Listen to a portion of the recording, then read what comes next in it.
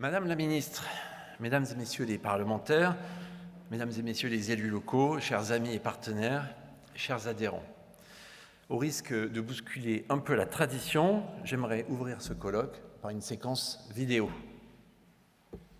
Nos athlètes semblent en grande forme aujourd'hui. Tout à fait, Denis. Oh, le Mistral qui prend l'initiative ce Suivi matin. de près par les cours d'eau des Pyrénées. Quelle énergie! Renouvelable, bien sûr. Évidemment, wow, et à l'instant, le soleil qui fait une entrée fracassante dans les Antilles. Très beau travail d'équipe avec la De Terre. quoi fournir de l'énergie à 14 millions de Français, Mais Isabelle. quelle force de la nature! Énergie renouvelable, puissante par nature. Voilà, mesdames et messieurs, merci pour eux. Ce que vous venez de voir, c'est l'équipe de France des énergies renouvelables. Elle sera dès lundi la vedette d'une campagne de communication inédite à destination du grand public. C'est une équipe avec 4 athlètes. 4 athlètes comme les 4 éléments de la matière qui composent l'univers. La Terre, tout d'abord, avec la géothermie, issue de nos sous-sols. Je crois que c'est Bertrand Piccard qui rappelait que 99% de la masse de la Terre est à plus de 1000 degrés. Mais la géothermie, ça peut aussi nous rafraîchir. Voici le bois énergie, première source d'énergie renouvelable utilisée par les Français grâce à une gestion durable des forêts. Les biocarburants qui alimentent nos réservoirs depuis longtemps déjà. Les gaz renouvelables qui chauffent nos maisons, nos bureaux et qui peuvent aussi produire de l'électricité ou nous permettre de nous déplacer. Les déchets qui, par leur valorisation énergétique, trouvent une belle utilité sociale. Après la terre, l'eau des fleuves, l'eau des rivières qui produit de l'hydroélectricité, la plus ancienne des électricités renouvelables, l'eau de la mer, l'eau des océans, dont les courants ou la houle sont comme un cœur battant, ce sont les énergies marines renouvelables. Le vent, à présent, le vent c'est le 3e élément, il fait tourner nos éoliennes terrestres et depuis l'année dernière, nos éoliennes en mer, il est infatigable. Et puis le 4e, le feu, le soleil, celui qui est à la base de la vie sur Terre, le solaire thermique, celui qui nous chauffe, le solaire photovoltaïque, celui qui produit de l'électricité. Puissantes par nature, donc, les énergies issues de la Terre, de l'eau, du vent et du soleil le sont assurément, mais elles ont aussi 2 autres caractéristiques. Elles sont diverses, tous les joueurs comptent dans cette équipe. Dans le monde de l'énergie, ça veut dire qu'il n'y a aucune solution simple, aucune solution universelle. Et elles sont territoriales, car elles sont produites partout sur notre sol, et elles engagent donc tous nos concitoyens. Elles ont en fait besoin de supporters. Donc notre équipe de France des énergies renouvelables est prête. Mais prête à quoi? Eh bien prête à relever le défi qu'a lancé hier le président de la République, décarboner le pays, réduire de 60 à 40% dès 2030 la dépendance de notre consommation aux énergies fossiles. Cette équipe est donc engagée dans la course contre le réchauffement climatique et pour la préservation de la biodiversité. Elle est engagée dans la conquête de notre souveraineté énergétique, de notre souveraineté d'approvisionnement, de notre réindustrialisation et de la protection des consommateurs contre les prix excessifs. Oui, Madame la Ministre, non seulement les énergies renouvelables sont une alternative crédible aux énergies fossiles, mais elles sont même la seule alternative mobilisable d'ici 2035. Oui, il est possible d'atteindre 45% d'énergie renouvelable dans notre mix énergétique d'ici 2030, conformément aux ambitions européennes largement approuvées au Parlement il y a 10 jours. Et oui, si la France atteint cet objectif qui est encore plus ambitieux que celui fixé par le président de la République, elle sera en avance sur tous ses voisins européens, car en combinant l'atout que constitue notre parc nucléaire avec une dynamique de développement des énergies renouvelables comparable à celle de nos voisins européens, la France va se doter d'un avantage compétitif décisif, c'est mathématique. Il n'y a donc aucune fatalité, il faut juste de la volonté. Vous connaissez le célèbre adage, là où il y a une volonté, il y a un chemin. Et de la volonté, Madame la Ministre, vous en avez. À ce point de mon propos, je voudrais saluer ici votre engagement et vous adresser nos remerciements. Nos remerciements pour les arbitrages que vous avez parfois arrachés au budgétaire, comme on dit, pour les mesures d'urgence que vous avez portées, notamment face à l'inflation, qui a bouleversé les cadres économiques, pour la loi d'accélération que vous avez courageusement portée face aux contradictions de notre société, pour l'écoute dont vous et vos collaborateurs faites preuve en toutes occasions et pour votre méthode de travail qui repose sur le dialogue et la concertation, notamment les groupes de travail préparatoires à la stratégie énergie-climat. Bien sûr, il peut arriver que nous divergions sur un chiffre, mais moi, j'en retiens surtout un très large consensus sur la manière de transformer notre modèle énergétique. Alors je sais que vous pouvez avoir parfois l'impression que nos filières sont éternellement insatisfaites. Je porte d'ailleurs moi-même souvent cette insistance. Mais je vous demande de la mettre sur le compte, d'une part, de l'ambition de nos filières pour la décarbonation de notre mix énergétique, et d'autre part, sur leur exaspération parfois face à certains carcans administratifs dont, vous le savez bien, la France est encore bien trop souvent coutumière. Mais cette insistance n'efface en rien la reconnaissance que nous vous devons et que j'exprime ici devant vous. Cette année, le CER fête ses 30 ans.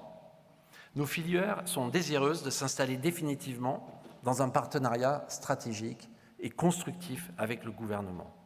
Et comme première preuve de cet engagement, notre syndicat a pris l'initiative de lancer cette campagne de communication grand public autour de l'équipe de France des énergies renouvelables. Elle sera sur nos écrans de télévision dès lundi et elle a pour objectif de valoriser l'image des énergies renouvelables, de les rendre désirables, de les installer comme une évidence. Nous voulons conquérir le cœur de Français pour sortir du paradoxe, oui, mais pas dans mon jardin. C'est une mission d'intérêt général. Le syndicat des énergies renouvelables, c'est aussi, depuis ses débuts, une représentation de toutes les filières des énergies renouvelables. Un intérêt porté aux enjeux de réseau, aux complémentarités entre les énergies et aux sous-jacents industriels, et un travail en bonne intelligence avec toutes les associations spécialisées de chaque filière. Cette organisation de la représentation des filières entre un syndicat généraliste et des associations spécialisées est assez unique. Il faut la préserver. L'heure n'est pas aux concurrences stériles, nous avons d'autres combats à mener.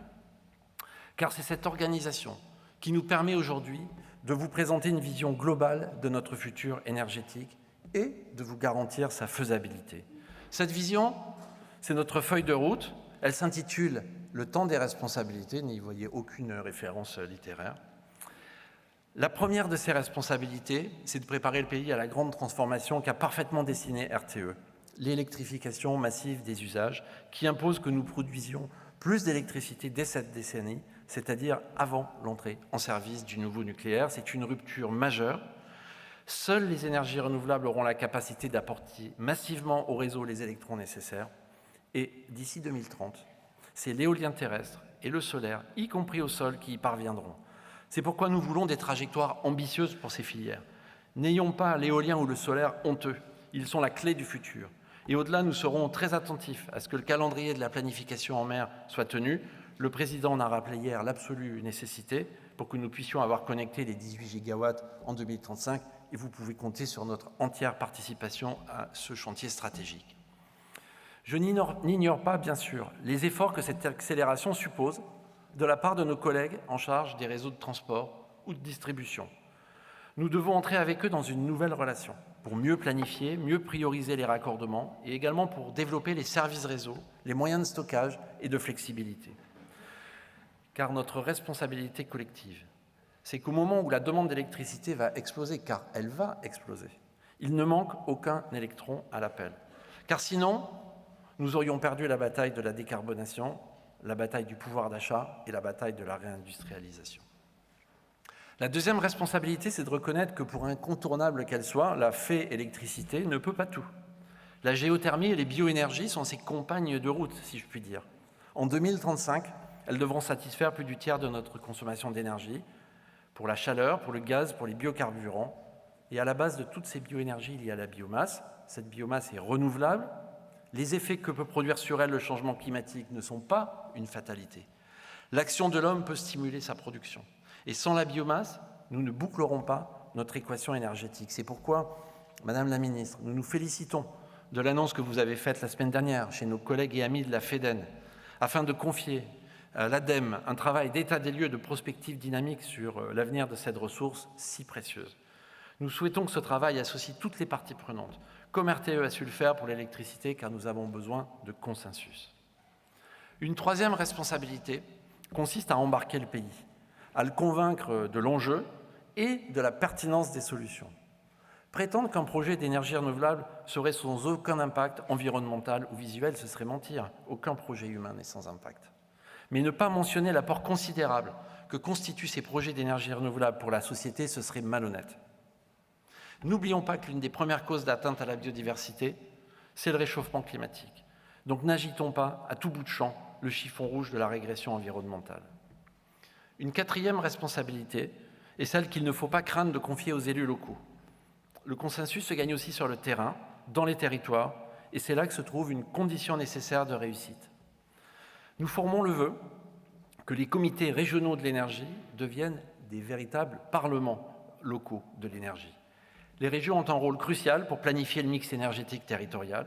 Les maires et les présidents d'intercommunalités sont aux premières loges du développement des projets. Le témoignage des élus qui s'exprimeront cet après-midi montrera que, loin des caricatures, ils sont volontaires et engagés, mais seuls, ils ne peuvent pas tout faire pour définir les zones d'accélération, pour concevoir les solutions les plus adaptées à leur territoire. Nous devons être présents à leur côté et nous le serons. Une cinquième responsabilité, c'est la libération du foncier. Dans un pays où 54% des surfaces sont agricoles et 31% sont forestières, il ne faut pas exclure, il faut chercher les complémentarités. C'est particulièrement vrai avec les agriculteurs. Souveraineté alimentaire et souveraineté énergétique ne s'opposent pas. Qu'il s'agisse de bioénergie ou d'agrivoltaïsme, les agriculteurs et les énergéticiens peuvent cheminer ensemble. C'est pour cela que nous avons signé une convention avec la FNSEA. C'est pour cela que nous entretenons un échange régulier avec les chambres d'agriculture. Nos deux mondes doivent apprendre à mieux se connaître, mais c'est en très bonne voie. Une sixième responsabilité, Madame la Ministre, c'est le renforcement de l'industrie française et européenne des énergies renouvelables. Derrière nos ambitions sur les objectifs de production d'énergie solaire, d'énergie éolienne, d'hydrolienne, thermique, et j'en passe, il y a la volonté de rapatrier, de consolider les chaînes de valeur et d'asseoir notre souveraineté. Mais sans régulation, nous n'y arriverons pas. Le gouvernement est très volontariste et les filières se tiennent à vos côtés pour défendre nos positions à Bruxelles. Car au-delà des aides à l'investissement, vous savez bien que nous ne pourrons pas nous passer des soutiens à la production. Nous savons tous ici les politiques commerciales mises en œuvre depuis l'Asie ou l'Amérique, au mépris parfois des règles de l'OMC. Pour responsables qu'elles soient, nos filières évoluent sur un marché concurrentiel et elles ne peuvent à elles seules absorber les différentiels de coûts qui découlent de ces politiques. D'ores et déjà, Madame la Ministre, nous sommes déterminés à travailler à des outils, des labels ou des pactes, à l'image de celui signé sur l'éolien en mer, afin de concilier les logiques économiques et les objectifs industriels. Enfin, notre responsabilité ultime, c'est d'asseoir le récit de notre futur énergétique dans une loi de programmation énergie-climat. Je me réjouis de l'annonce faite hier par le Président de la République de présenter une telle loi avant la fin de l'année. J'espère qu'il s'agit bien d'une loi de programmation, car il est fondamental que par son vote, le Parlement puisse se donner le cap de façon claire, de façon irréversible. Nous parlons d'investissements conséquents, Madame la Ministre, portés par le privé. Nous parlons d'enjeux qui dépassent très largement l'horizon de 2035. Nous avons donc besoin de visibilité, nous avons besoin de stabilité et nous avons besoin de consensus. Dans cet exercice stratégique, dans ce match crucial pour l'avenir de notre pays, notre équipe de France des énergies renouvelables, puissante par nature, se met tout entière au service de l'ambition énergétique que vous portez pour notre pays. Vive les énergies renouvelables, vive la France!